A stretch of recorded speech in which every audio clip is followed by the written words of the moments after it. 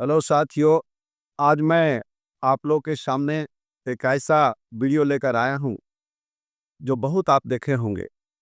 मेरा भी फर्ज है कि भारत के लोकतंत्र के ऊपर जो चुनाव आयोग का प्रभाव पड़ा है और जिस तरह से वोट चोरी की बात आई है, आप जानते हैं कि राहुल गांधी जी ने 7 अगस्त को कर्नाटका में चुनाव आयोग पर वोट चोरी करने का आरोप लगाया और सिर्फ आरोप ही नहीं लगाया, बल्कि उन्होंने उन तमाम आरोपों के पक्ष में प्रमाण दिया है।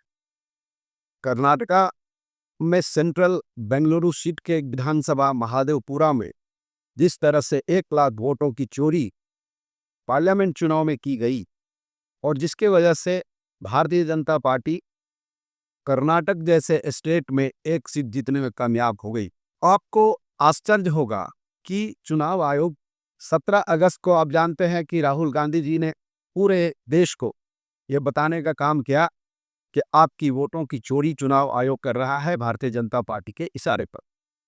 यदि राजीव कुमार जो पूर्व चुनाव आयुक्त थे वो वोट चोरी नहीं किए होते तो महाराष्ट्र और हरियाणा में जिस तरह के रिजल्ट हुए और कई राज्यों में जहां पर वोट चोरी कर भारतीय जनता पार्टी के सीटों को बढ़ाया गया, अगर वोट चोरी नहीं होती, अगर बेईमानी नहीं होता तो आज भारतीय जनता पार्टी की सरकार नहीं होती, इंडिया गठबंधन आज केंद्र में होता। लेकिन वोट चोरी कर जिस प्रकार राजीव कुमार भारतीय जनता पार्टी को 2024 में के लोकसभा चुनाव में जिताने का काम किया, चोरी करने के बावजूद शपथ पत्र चुनाव आयोग राहुल गांधी जी से मांग रहा है।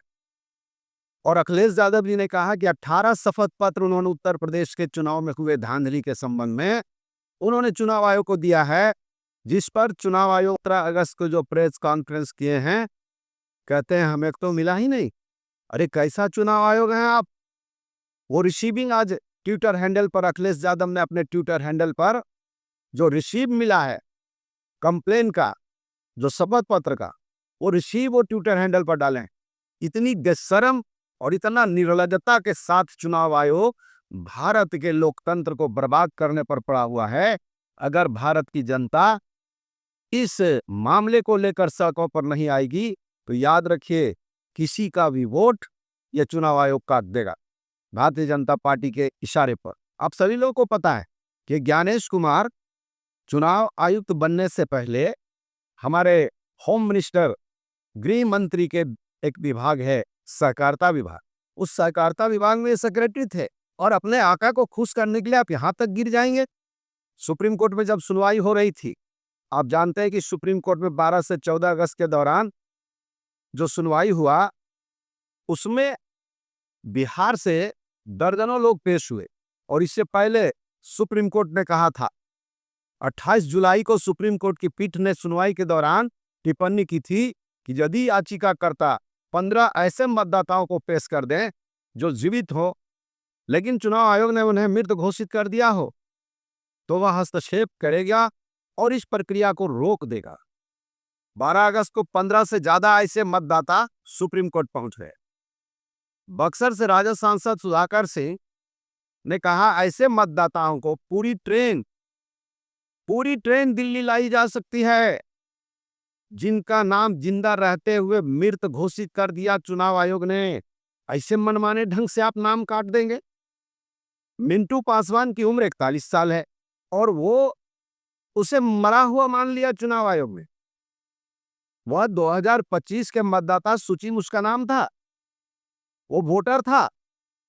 और जब उसको यह मालूम हुआ कि मेरा नाम काट दिया गया है तो वो कलेक्ट्रेट पहुंचा। कलेक्टर को कोई पावर नहीं और ये पूछ रहा था कि आखिर मेरा नाम मृत लिस्ट में कैसे घोषित कर दिया गया। आरा से ड्राइविंग करने वाले मिंटू पासवान का कहना है कि मेरे पास ना तो कोई सत्यापन करने के लिए आया और ना ही किसी ने मुझसे कोई सवाल किया। फिर आखिर किसने मुझे मृत घोषित कर दिया और क्यों? मिंटू विशेष सघन परीक्षण के खिलाफ दायर याचिकाओं की 12 से 14 अगस्त के दौरान सुनवाई के सिलसिले में दिल्ली आए थे। सुप्रीम कोर्ट में उन्हें पेश किया गया और सुप्रीम कोर्ट में जस्टिस सूर्यकांत और जस्टिस जय माल्या बागची की खंडपीठ के सामने जब पेश हुए तो उन्होंने साफ साफ कहा। तो अलग बात है कि सुप्रीम कोर्ट ने कहा था कि 15 लोगों को लाइए, मैं एसआईआर के ड्राफ्ट को कैंसिल कर दूंगा, पूरी प्रक्रिया रोक दूंगा। अब देखते हैं आगे क्या होता है, सुप्रीम कोर्ट आगे क्या करता है। अब तो एक ही कोर्ट पर ही भरोसा है। प्रश्न उठता है कि इतना सब होने के बाद आपको प्रूफ दे दिया जा रहा है चुनाव आयोग को, उसके बाद भी 17 अगस्त के प्रेस कॉन्फ्रेंस में चुनाव आयोग के ज्ञानेश कुमार ने, जो चीफ इलेक्शन कमीशन है, उन्होंने राहुल गांधी पर ही दोषारोपण करने के लिए वो आए थे। अरे कुछ तो बोलते आप, क्या प्रेस कॉन्फ्रेंस करके साबित करना चाहते हैं? राहुल गांधी 17 अगस्त को से रोहतास के सासाराम से पूरे बिहार में एसआईआर के खिलाफ और ये चुनाव आयोग के वोट चोरी के खिलाफ, वोट अधिकार की रक्षा के लिए वो यात्रा पर हैं। और उनका यात्रा का डेट जब निकल गया, जब चुनाव आयोग को लगा कि अब मेरी चोरी जनता तक राहुल गांधी पहुंचाने वाले हैं, और तब उन्होंने एक प्रेस कॉन्फ्रेंस करके 7 अगस्त को राहुल गांधी जी प्रेस कॉन्फ्रेंस किए। और आप साहब इतने दिनों के बाद क्या सोच रहे थे? साफ है कि चुनाव आयोग बिहार से एक प्रयोग करना चाहता है, लेकिन चुनाव आयोग को पता नहीं है उस बिहार की धरती में सबसे पहले अंग्रेजों के खिलाफ आजादी का बिगुल फूंकने वाला वीर कुंवर सिंह उसी बिहार की धरती पर हैं, जिन्होंने अंग्रेजों के खिलाफ संग्राम 1857 में क्रांति का बिगुल फूंका था। वही बिहार के पश्चिमी चंपारण से गांधी जी ने दांडी यात्रा कर अंग्रेजों के खिलाफ बगावत की थी, अंग्रेजों के खिलाफ लोगों को एकजुट किया था। और वही बिहार है जहां इंदिरा गांधी बेलछी कांड में हाथी पर बैठकर, जब कीचड़ था और रास्ता नहीं था जाने का, उस बेलछी में जाकर के दलितों पर हुए नरसंहार को उन्होंने आवाज उठाया था, और 77 के बाद 80 में वापस आई थी। वही बिहार है जहां जयप्रकाश नारायण 77 में संपूर्ण क्रांति का नारा दिया और तख्ता बदल गया था। इसलिए ज्ञानेश कुमार जी, आप अभी भी होश में आइए। ये भारत है और वो बिहार है जहां से आप प्रयोगशाला बनाना चाहते हैं।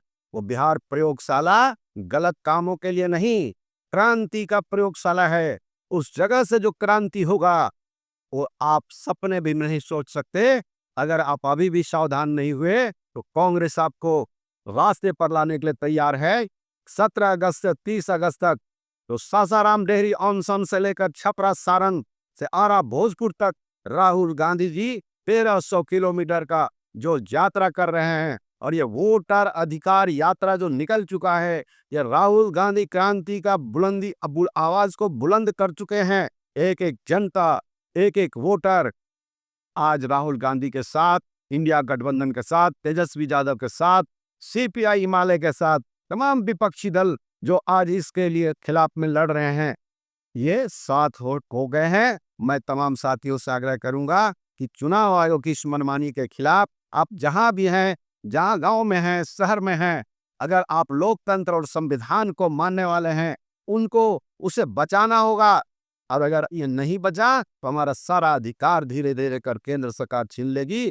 आप उठिए, जगिए, सड़क पर आइए। लोहिया दी का वो बात कि सड़कें सुनी होंगी तो संसद आवारा होगा। आज बिहार की सड़कें ना कभी सुनी हुई थी, आज भी सुनी नहीं है। राहुल गांधी के नाम पर एक नया गांधी बिहार में आ चुका है, और चुनाव आयोग और भारतीय जनता पार्टी के सत्ता को तबाह कर उसी बिहार की धरती पुनः उतरेगी। इन्हीं शब्दों के साथ जय हिंद, जय भारत, जय संविधान, जय कांग्रेस।